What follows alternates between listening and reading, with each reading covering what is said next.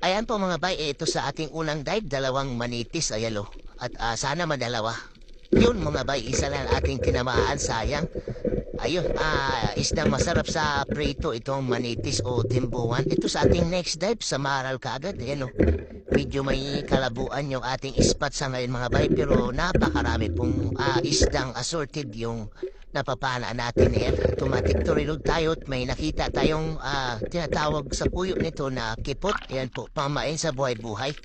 At ito sa ating next dive, ito, magkakatabi yung isda mga bay. At meron pa tayo isang nakita na kanuping. Yan o.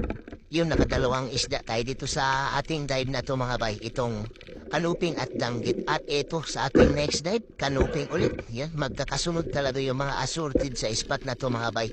Puro pang ulam, yan o, danggit na naman. Yan, masarap sa prito or daing yung ganitong klaseng isda. Special to mga bay. At sa ating next dive, eto, may nakita na naman tayong danggit. Magkakasunod at ang lapad ng danggit mga bay.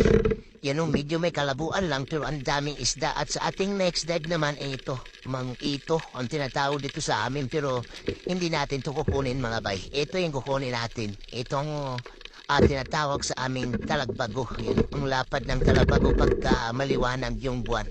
Ayan po mga bay, ang dami nating nahuling asorte dito sa spot. Ayan, ito, kipot na naman. At shout out na pala dito sa ating first comment na si GR. Ayan, thank you for watching.